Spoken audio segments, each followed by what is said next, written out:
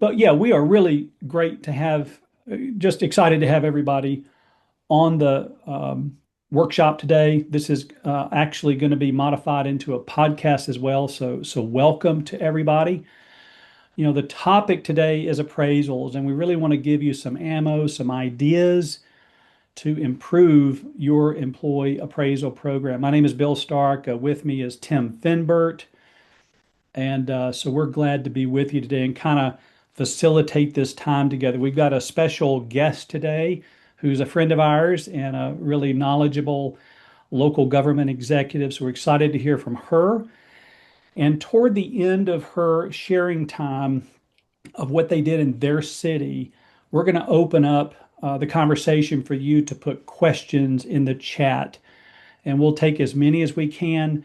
We normally do a breakout at the end of these workshops where we put you in small groups, but we're not going to do that today. We're just going to have a little bit more time for Q&A at the end of the session today. So without further ado, I would like to introduce our guest today, Stacy Inglis. Stacy is the Deputy City Manager for the city of Milton, Georgia, and her focus is advancing strategic priorities in the city, strengthening organizational performance, delivering high quality services to the community. Stacy joined Milton in 2007, and she's really helped shape the city's financial and operational foundation, implementing long range planning strategies, guiding Milton's growth as a high performing local government. And a lot of her work helped the city earn a AAA bond rating, which is kind of a big deal. I did want to get Stacy to say one thing off script in just a moment. I think you all won an award, like one of the top customer service cities in the country. So I want to hear about that in a minute. But leadership roles, Stacy's also been with the city of Riverdale, Jonesboro, Clayton County Water Authority, and the city of Pooler here in Georgia. Mhm. Bachelor's degree in finance, master's from Georgia Southern, ICMA, credential manager, graduate senior executive of University of Virginia's Weldon Cooper Center for Public Service.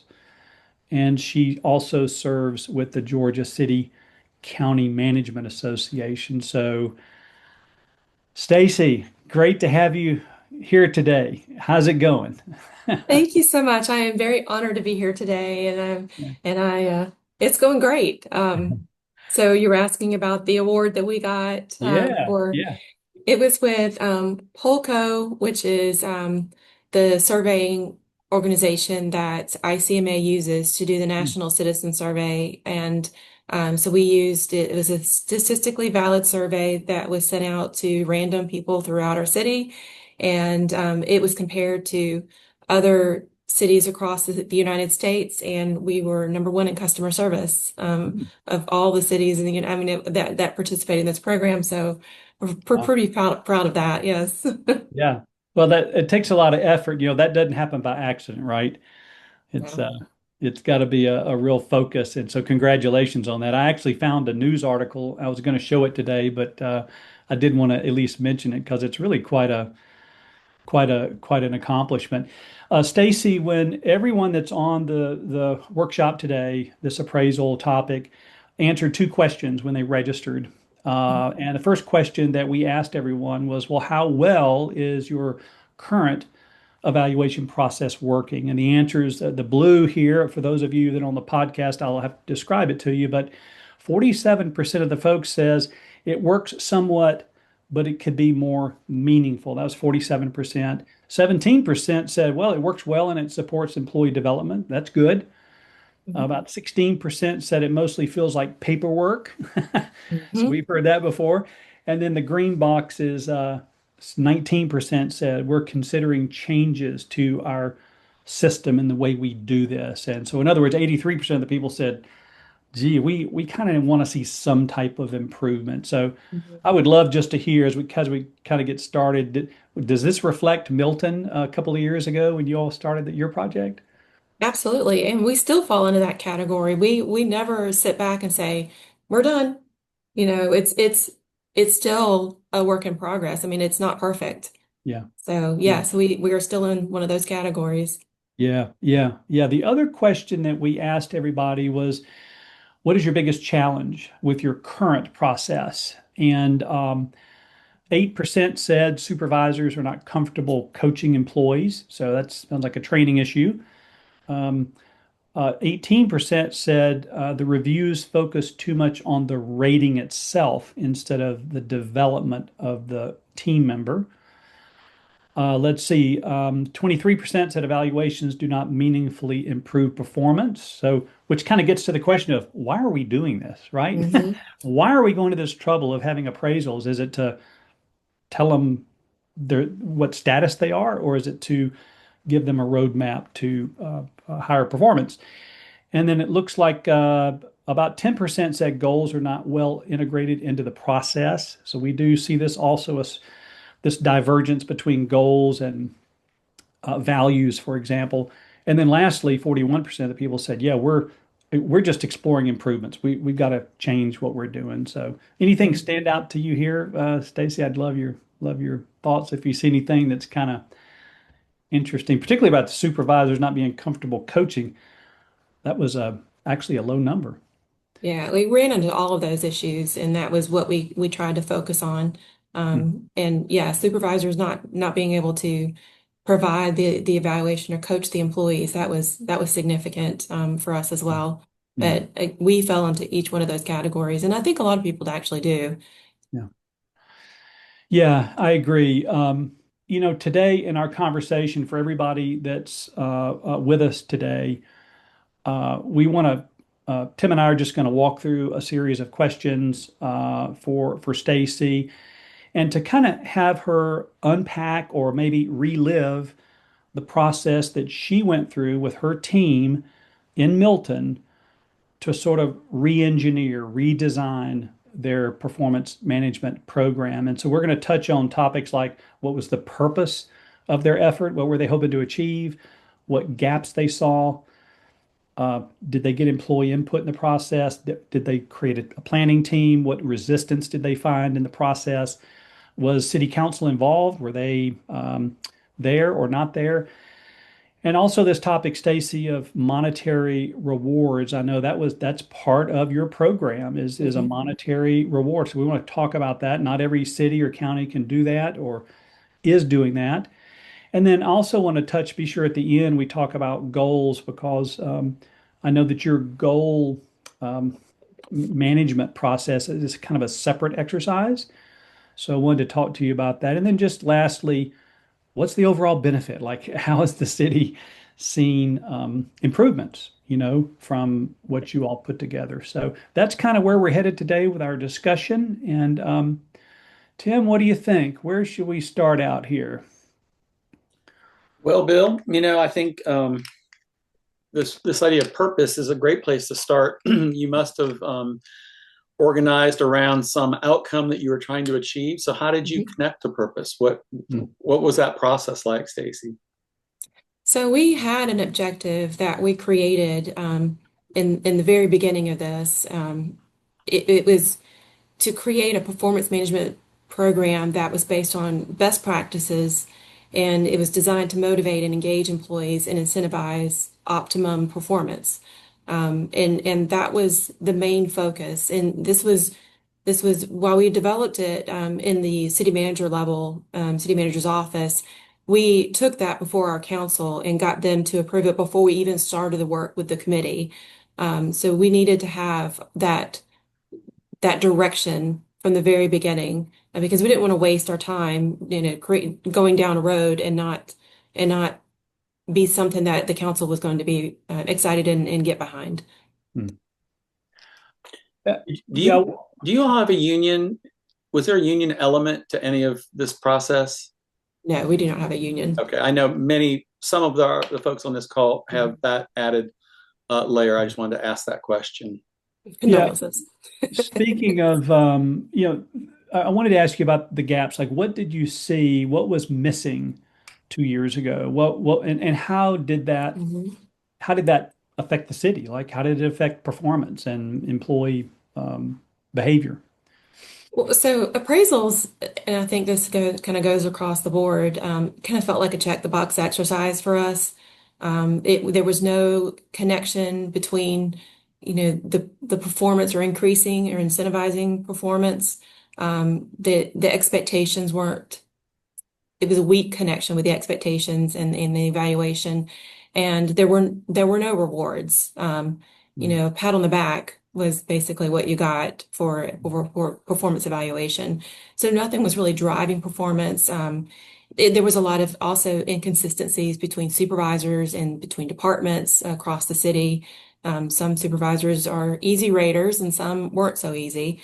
Mm. And there was limited feedback provided to the employees throughout the year. You only get this one feedback once a year, and we wanted to kind of shake that up a little bit. So we knew that was a problem. And the last thing you want to hear is that you're not performing well one time a year, or that you're performing great one time a year. Mm. So we want to tackle that as well. Mm. Was it tied to compensation previously? I mean, did you do it at the time of changes in compensation, or was it always completely separate? Very early on, we're a newer city. We're in our 20th year now, and very early on, we did have an evaluation program that was tied to compensation, but it was not meaningful. And then we kind of went away from that for a while because that was also during the downturn of the economy, and so we couldn't afford it. But we just really never came back to it. We had other evaluations that were done, and at one point, we decided evaluations just weren't meaningful enough. It was that check the box exercise. And so we stopped doing them for a couple of years and then went to something that was more forward focused and goal driven. So I'll talk about that a little bit later in the process, but that was some of the stuff that we didn't have it tied for a long time to pay. As you all got started in this as a team, did you seek any employee feedback or initially, or was that reflected in the core team that came together to solve this? Did you do any surveys or anything like that? We didn't do any formal surveys. All of our stuff was more informal. It was conversations with employees. It was from the team that we did form for the committee, but it wasn't anything formal. Mm. That was kind of the basis of what we had. Yeah, tell me about the team. I know that this was Mhm. I think a multi-month process you all went through. This didn't happen in 3 weeks, right? This was a multi-month effort, but you had a kind of a unique team. It wasn't just all the department heads, right? Can you share a little bit No. about that? There were no department heads. Myself, Mm. I'm the deputy city manager. We also have another deputy city manager that works here, and we both were on the committee. The city manager was not, but we purposely did not include department heads in this committee Mm. for multiple reasons.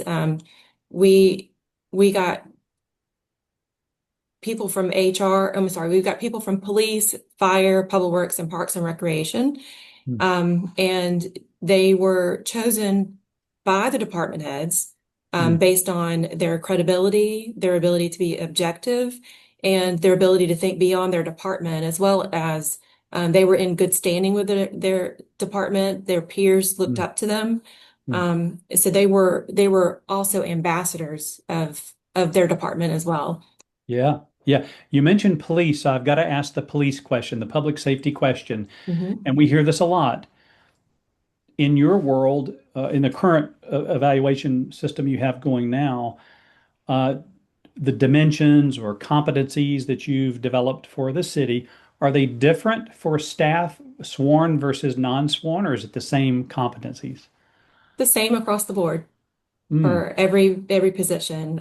We chose it that way um, because it didn't matter the job that you have, the responsibilities that you do. What matters is how you do them, what your behavior is while doing those functions. I know that a lot of positions, especially public safety, do focus a lot on training. That they have to have certain training in order to maintain their accreditations. But ours, we decided, while there is a professional development core competency that we have, but we expect professional development across the board. And those expectations are also set in the developmental aspect of this performance management program they've put together. Gotcha. So we chose not to differentiate between departments Okay. with this evaluation. Stacy, So, did the team ultimately make the decision on what your program, how it's going to be designed, or did the team make recommendations to the city manager? What was the decision process? So the decision process, I mean, the team did design it, and then we presented it to the department heads to make sure that it was something that they could get behind as well, because you have to have that to support. And obviously, the city manager was a part of that. Um, and then we ultimately put it before the council. And while they didn't necessarily approve the actual program itself, they have to approve the financial aspect of it. They kind of gave a nod to make sure that we were on the right track with everything. So it was a lot of multiple key stakeholders that kind of came into the process, but ultimately, I mean, it was the committee that decided on the core competencies of the program. wow. Yeah, speaking of, if you could just kind of give us an overview. I know we have limited time here today, but the team came together and Mhm. they tackled various elements. They designed a new program. So I assume you may have redone or retweaked your competencies, your values. Mhm. You may have tweaked your rating scales a bit. You may have come up with a different feedback cycle, quarterly feedback, whatever. Could you just kind of walk through those major program elements and Sure. I know this is kind of a big question for a short period of time, but just kind of an overview. Yeah. So the committee had several key things that they were looking at and considering. One is just the project plan itself. I mean, with a project plan, you've got to talk about timeline and you got to talk about tasks, but also you have to talk about risks and how to mitigate those risks, Mm, communication plan, and the timing and method of communication that goes into it. So they mm, they had input into all of that. They also looked at what are we evaluating, meaning the core competencies. So they developed that. How do we rate, meaning the scale that we use, who participates or who's eligible to be a part of this program, and how do we ensure fairness and how do we tie pay to it all? mm, So they had input into all of that, and they all brought their unique perspectives into it. mm, Because think departments like police and fire, public safety departments are so vastly different. I mean, theirs is incredibly different from what I do in my mhm, role. mhm, And so we needed to make sure that we got their perspective, I mean, and their buy-in. Um, and like I said, they were ambassadors of this whole program. They took it back to their departments. But the whole time throughout the whole process, they kept providing feedback to us from their discussions with their mm. peers in their Oh, departments. interesting. Okay, I love that. That's a good segue. So you mentioned communication plan. So all during Mhm. this planning process, formulating all this stuff, sounds like there was some back and forth between, hey, here's some ideas, go socialize it and come back. Is Yes, that part of the communication plan? absolutely. Yeah, what else did you all do? Did you give updates periodically to council or the We did. It was one final update to council, but we did provide, I think it was weekly status updates to the city manager. Hmm, And then we also talked to the department heads along the way. We socialized it with them as well, but that was also the responsibility of the committee members to take it through their department heads to make sure that they were good with the direction we were going. okay. Um, and I believe the city manager may have also had conversations with the council through the process. I don't really remember that piece of it because Yeah, this was 3 years ago when we were going through it. yeah, yeah. But they, I believe they had some information that was provided to them throughout the process, but it Hmm, wasn't anything formal in front of the public okay. Were Yeah. you in the able very to kind of get ahead of, I'm going to say gossip, not that people gossip in the city of Milton, but everybody knew that this team was formed and everybody probably knew it was going to affect our pay. beginning. It sounds like you use some communication tools to try to mitigate misinformation, shall I say. What happened? We did, and there were still some, but we did provide some communication. We'll send emails out, and like I said, the committee members would also talk to their peers within in the departments. But you're still going to have, the concern from employees because, especially whenever we were talking about tying this to pay, they that brings a whole new level of concern Mm. from our people, and rightfully so. I mean, I get it, especially whenever you're not really a part of the process. You're just sitting back waiting, trying to figure out what's going to happen to you. Mm. So we tried as much as we could to try to mitigate some of or get in front of some of the problems that, the challenges, the pushback that we would have received. Yeah. What were some of the roadblocks? What was it? Employees? What fears or what things bubbled up that y'all had to kind of pay attention to?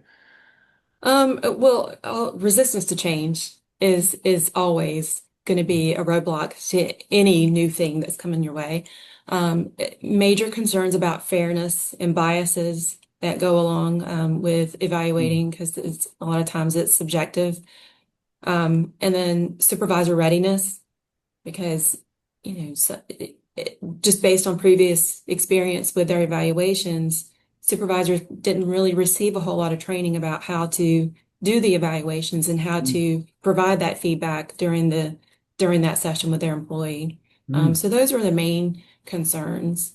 And we had to address those when we went through this process. I mean, we looked at, you know, we needed to make sure that the supervisors were trained, but not only the supervisors, also the employees. I mean, they had to get socialized in what the new process product was going to be Mm. at the end of it, but also how to receive feedback. Mm. That's really difficult to try to communicate to somebody. It's like feedback is a gift, Yeah. but it's hard to get there, Yeah. because some people don't see it that way. So trying to create that culture of receiving the feedback and taking that feedback and turning it into something constructive is something that we considered in the training when we Yeah. were developing that as well. Yeah. Yeah. Stacy, what were a few of the highlights of your system? Not in a lot of detail, but just what were some, like, did you go from a 1 to 5 system to a more of a developmental system? Just walk us through, just what are the highlights of where you ended up, just so everyone on the call kind of knows what the committee kind of finished with. Sure. So our previous system, if I remember right, I think it was on a 3-point scale. Mhm. Um, Meets expectations, exceeds expectations, or does not meet expectations. I feel like I remember that. It's been a really long time since I've seen that, probably 5 years, Mhm. since I've looked at that. We also had core competencies. What we did, I can speak more to what we did instead of Yeah. what we Yeah. had Sure. previously. That's, yeah, What we ended up doing was we tied our core behavioral competencies to our core values of the city. So we had gone through the process of creating a strategic plan and redefining our core values, not that long before we did this committee design or the program design. And we wanted to make sure that we tied everything to the core values that we developed. And so all of the core competencies that we have roll up under our core values. And our core values they're unique to Milton. They can be boiled down into what you normally see as core values like integrity, teamwork, leadership, um, innovation, things like that. Mm. But that's what we ended up with. And we also wanted to make sure initially, and we did change it up, but initially we designed it to where every employee that were eligible for the program, every single employee were rated on the same core behavioral competencies. Mm. And then depending on your level of responsibility, you had additional core competencies that you were rated on. So Yeah. you had, your base employee core competencies, and you had manager level and department level core competencies. We ended up after the first year, we went through an evaluation. We sent out to the survey to the employees and asked them what they liked and didn't like about the evaluation or the program. And we got some really good feedback from that, and we kind of redesigned the core competencies because some of them were duplicative, and some were too similar that there we couldn't differentiate between them. Mm. And so we kind of restructured some of the core competencies, and it was a lot. Mm. The what we had initially was way too much. And it was very cumbersome to get through the process. But that we ended up with a good product the second year. We also There was something else I wanted to say. I lost it. Okay. But we wanted to tie in. Oh, the rating scale that we used. We ended up going to a 5-point rating scale. Mhm. And we decided you cannot give half points because I know like it's a 3.5 instead of a 4 or a 3. So none of that. It's a 1, 2, 3, or 4. One is it was needs improvement. Hold on, let me see if I can remember exactly what it was. It was expectations not met is one. Mm. Some expectations met is number 2. Fully achieved expectations is number 3. And number 3 is good. And we had to really drive that into our supervisors to make Yeah. sure that, and the employees to make sure that they understood that we have high expectations for our employees' performance here in Milton, and getting a 3 is a good thing. And then going on and exceeding expectations, and then exceptional performer. So we had that 5-point rating scale that we decided on, and then we also developed a a matrix, a performance level matrix that defined what each core competency was, what the performance level was for each that core competency. So it gave some examples, and so you could have some kind of guidance by the supervisors to be able to look at and say, okay, my employee falls here in this category Yeah. of So level of you kind performance. of described each category in some Hmm. detail. Yeah. Yeah. It's we've got time for a few more questions. I had three more questions I wanted to ask you, and then we want to get everybody on the Zoom today to chat questions to Tim in the chat if you would like. Here, what I wanted to ask you was about if you could just briefly explain the process you go through to try to ensure fairness in the ratings, sort of a peer-to-peer idea of allowing other managers to see the ratings I'm giving my employees, Hmm. to kind of to be sure I'm thinking things through clearly. So that's number one. Number two is the idea of the monetary reward, right? This is not an Hmm. increase in their base pay. Right. It's a incentive bonus, whatever you want to call it.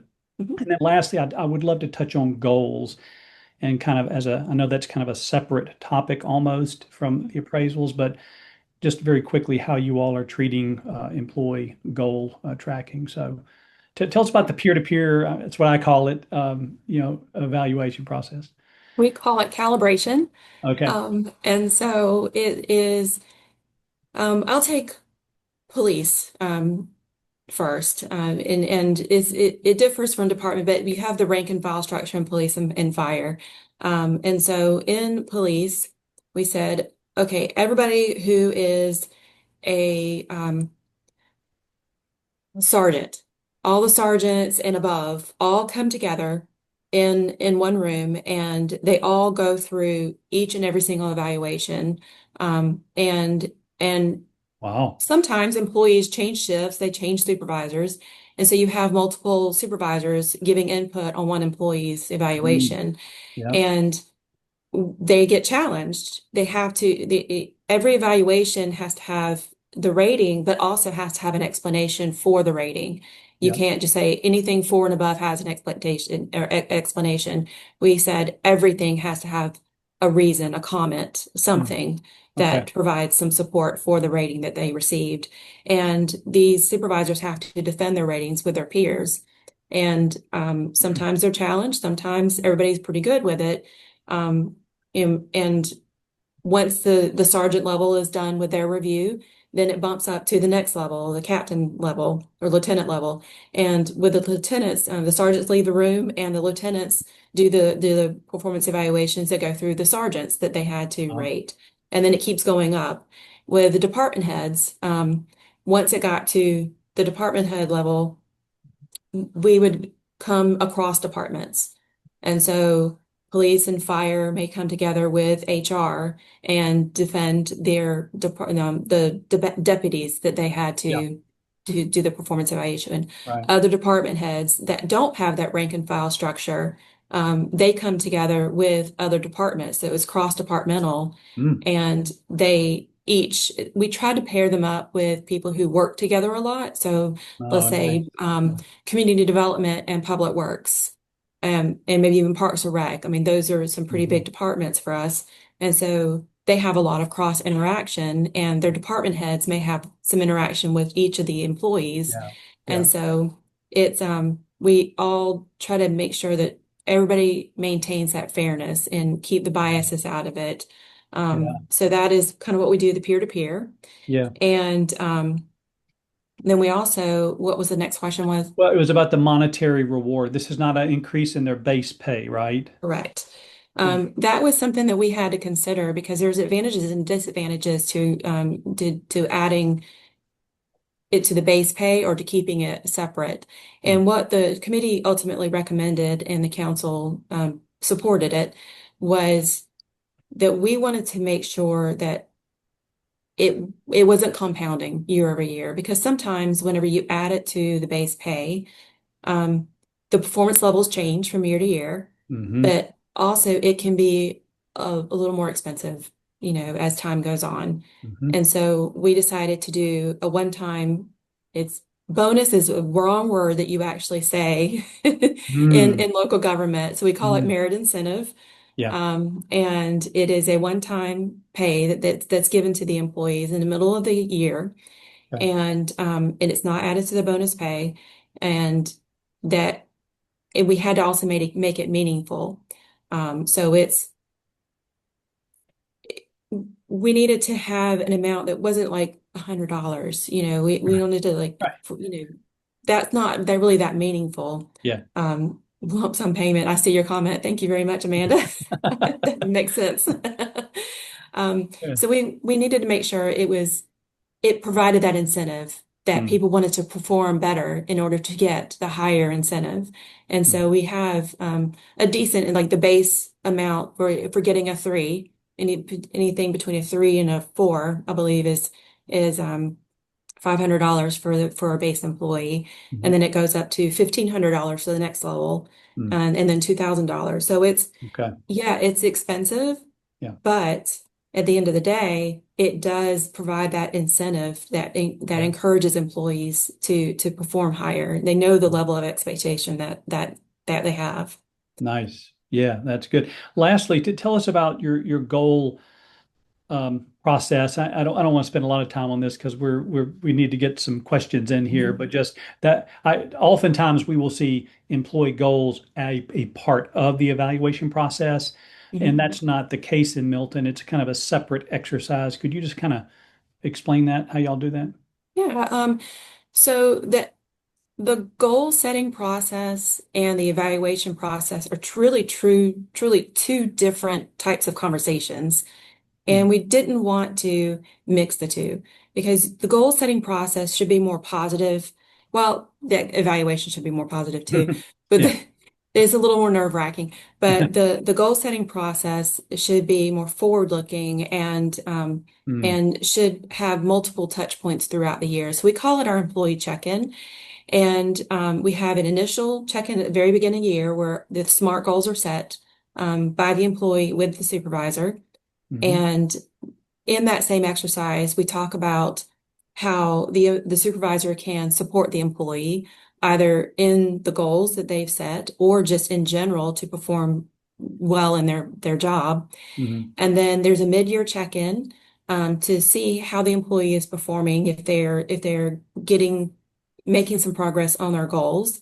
And then there's an end of the year check-in, and it's not a static thing. They can't. We'd say, you can change up your goals in the Yeah. mid-year check-in because other things come about. You may have different goals and may have different responsibilities. You may have, you know, advanced more in the organization, and so that goal setting exercise that you did in the beginning isn't really relevant to what you're doing anymore. So we have the three touch points, beginning, middle, and end of year. And at the end of the year check-in, it's also wrapped into the next year's initial check-in. So really it's two, Yeah. but it's Yeah. still, periodic check-ins throughout.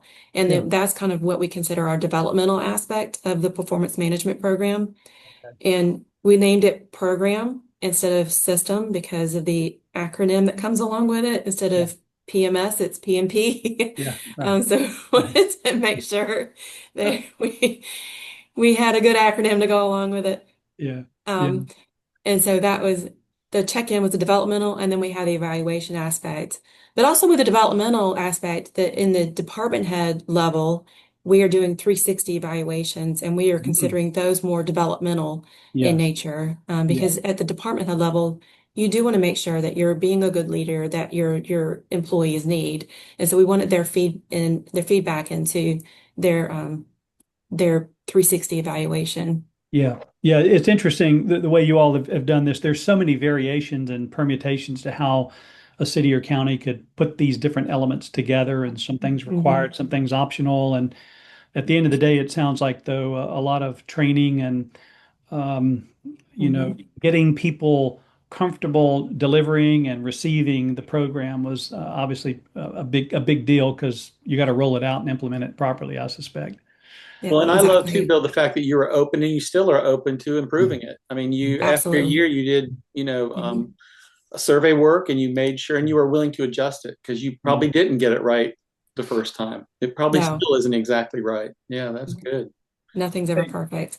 uh, One thing I did want to yeah. mention on the pay as well. So while we did this lump sum pay or merit incentive pay, this is separate from the market adjustments that we do each year. Mhm. We still wanted to maintain the market adjustments to maintain make sure that we are still keeping in the salaries in our field, Mhm. and obviously cost of living, keeps going up. I don't know if I've ever seen cost of living go down. So we wanted to make sure that that was separate from Mhm. this process. Mhm. And one of the things we found in our research was that tying pay to performance can put too much pressure on the system. Mhm. Because you're messing now with somebody's Mhm. livelihood. Mhm. And that puts a lot of pressure on the supervisors, especially Mhm. to make sure that they're getting the most for their employees whenever it's tied to their base pay. Yeah. When it's a one-time pay, it kind of frees them up a little bit and hopefully encourages them to be a little more truthful in their Mm. evaluations. Yeah, that makes sense. I have a question for our audience here as we kind of shift over into questions. And here it is up on the screen.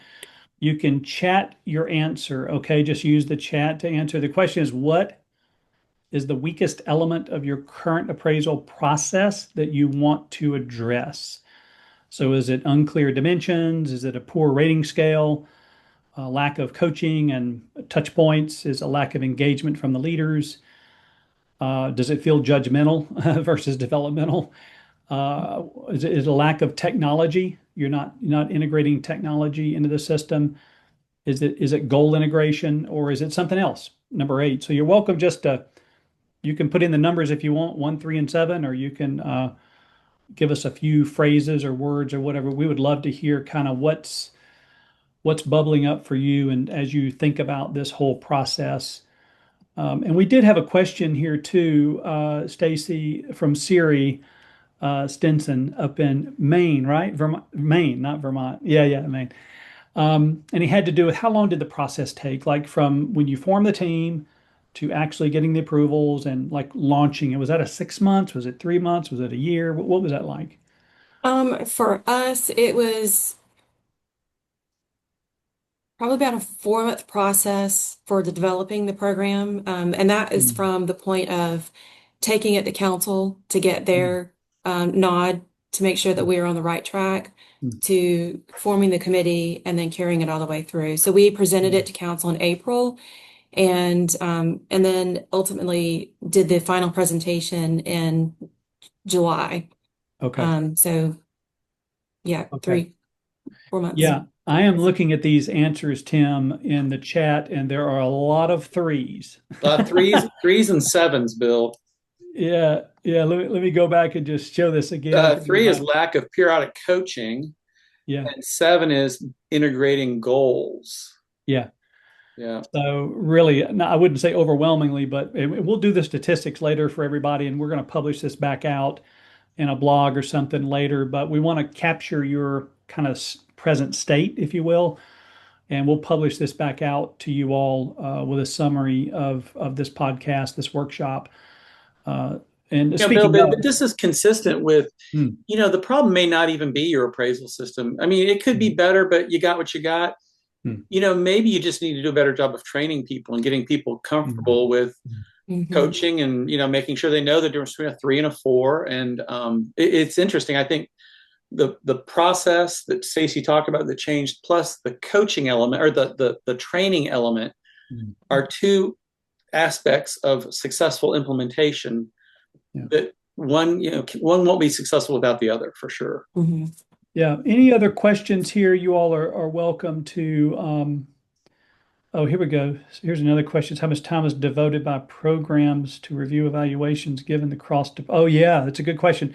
How much time is devoted by programs to review evaluations given the cross-departmental Peer nature? to peer piece, Bill. Yeah. How long did that take? Was that add a few weeks to the process, Stacy? It does. So this process, we have a self-evaluation piece of it too. I didn't really mention that, but we do have a self-evaluation that does Mm, not look like the evaluation itself. We wanted to make sure that the mm, employees were not doing their self-evaluation based on the same rating scale and the same core competencies because sometimes they don't align, and that can be a different conversation. But we start that self-evaluation process in February, and then it moves into the evaluation process mm, um, in the March timeframe. We're in the process of doing the calibrations now. So calibrations take a few weeks because you've got to mm, get everything is scheduled with all of everybody's busy schedules, especially around spring break, as it got pushed a little bit this year. mm, And then after the calibration sessions, then it comes to the city manager's department. mm, So our office will review everything. We see it all in a big spreadsheet to make sure that we're still making sure all departments are kind of in line with each other. There's not any kind of outlying departments mm, in all of this. And then we push it back down to the departments and they give the evaluations to the employees. So the employee is the last person to receive it through this whole process. And so that happens in May.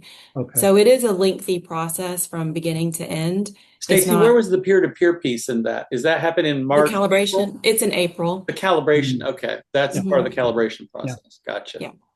Yeah, I can tell. I just would like to close just with a comment here. Just hearing you speak, and we've talked a little bit already about your process. I have to really give you all kudos because to do something this important, it requires a lot of energy, a lot of time, a lot of thought, a lot of dedication, and even implementing it is not a light lift. It's a Mhm. significant, and it just seems to me that what we as leaders put focus on is what we get.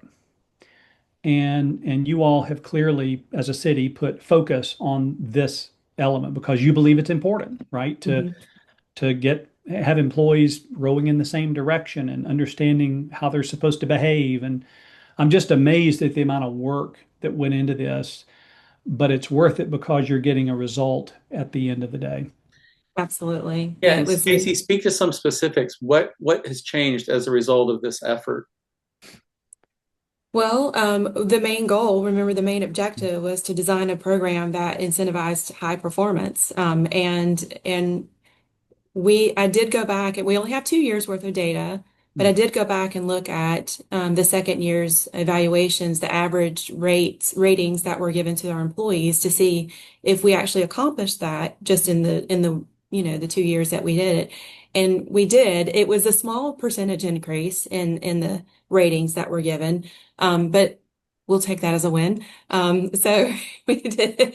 We did, and we're in the middle of it right now. So that is one thing that we are looking at year over year to make sure that we are in the performance level is going up each year, or not decreasing. I mean, that, we definitely don't want that to happen, Mm. but we do want to maintain at least.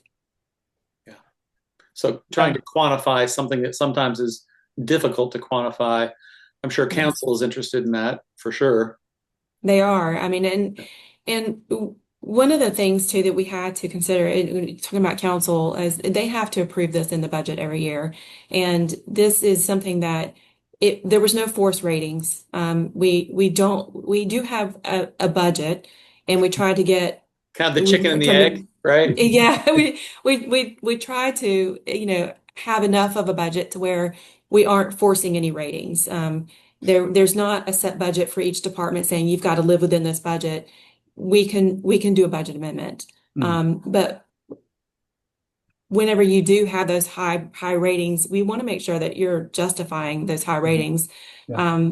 But that was one thing that we didn't want in this program is to have something that we said we have to live within this amount of money. Yeah. Um, Yeah. I mean, obviously that can change year over year. If at some point we come to where we're really tight on money, we may have to do something with those incentives. Yeah. Hopefully that doesn't come anytime soon, but you Yeah. never know what the economy is going to do. Yeah. Right. And you Yeah. don't want it to become an entitlement program where I've Exactly. gotten this bump last 3 years. I didn't get it this year. I'm entitled to that. Yeah. Hmm. Hey, one last question from the audience here. Would you be able to share an example of a self-evaluation question? Oh yeah. Yeah, I thought that Um, was an interesting comment you made. That's a good question, Valerie. Give me Like, a what's an second to example? Yeah. pull it Yeah. up. Sorry, I didn't have this pulled up before you asked the question. Give me That's just a all right. second. Yeah, no problem. Hey, while you're looking for that, Stacy, Hmm. take your time, okay? Because I want to show something real quick, okay? Go So ahead. take your time. I want to show everybody that's on the call today, um, real quick, something that Tim and I have put together. It's a roadmap for helping you get to where you want to be with your appraisal program. It includes it's a 6 video series plus a consulting engagement. And so in this video series, we talk about options around dimensions, options around rating scales, uh, feedback options, how to integrate goals, how to integrate a forward-looking career plan, coaching technology. So we put together a program for you all that are sort of interested in tweaking, remaking your system, and we tried to make it kind of modest, so it's $1,500 for your city to go through these videos with these engagements, these 2 consulting engagements. And if you want to know more about this, you can just email me, bill@leadergov.com, or you can scan the video. We've got a little landing page and a video here that explains what this is.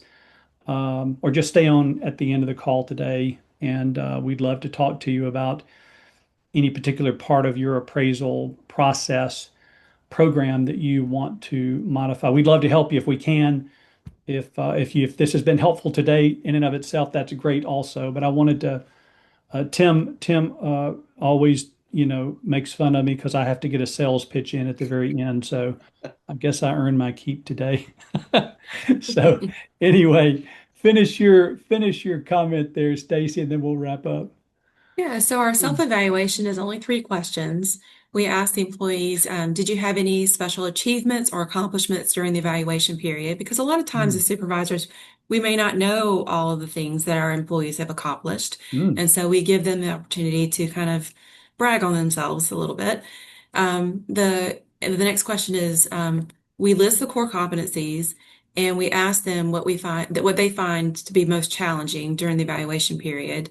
And our evaluation period is 1 year. It's March to March. And so we ask them to explain why they find that one or multiple of them challenging. mm. And we do not accept nothing's challenging for me. I can do all of them, or I'm Mhm. excelling all of them. We all have challenges with this. And then the next question is, what areas, based on the core competencies, did you excel at? So again, it's kind of your way of, kind of bragging on yourself, but also being a little honest in what you find challenging, because that challenge that you may have could turn into something that your supervisor could support you in Mm. and provide resources for. Yeah, I love that. That's great. Yeah, I like the way it becomes almost so it's a little transparency, but it's also kind of aspirational. And hey, I Mhm. did some things I think I should share, right? Kind Yes. of take up for yourself. Well, thank you so much for your time today and sharing all of your journey, your roadmap with some of the folks from across the country today. Really do appreciate it. You all are very dear to us. We love Milton and have enjoyed having you all in our orbit for a few years here. So thank you for being with us today. Well, thank you very much for asking me. I'm again honored that you even considered it. I appreciate it. Oh, yeah, yeah. And so, for anybody, if you would like to just hang on after today's workshop, you're welcome to. Otherwise, we hope you have a great weekend. Our next workshop is going to be on AI, local government, good uses for artificial intelligence in local government. And that's going to be, Tim, I think in the month of June, maybe, or It late is. May, Yeah. May or June. We'll post it on the website probably first part of next week. We'll have an announcement on it. But would love to see everybody. It's a great topic. Yep. We're having another expert because Bill and I are not experts on AI for sure. It will be someone younger and more innovative than Bill and I on the call. Thank you, Stacy. You're Good, welcome. Thank good to see you. you. All right, you bet. Take care. And you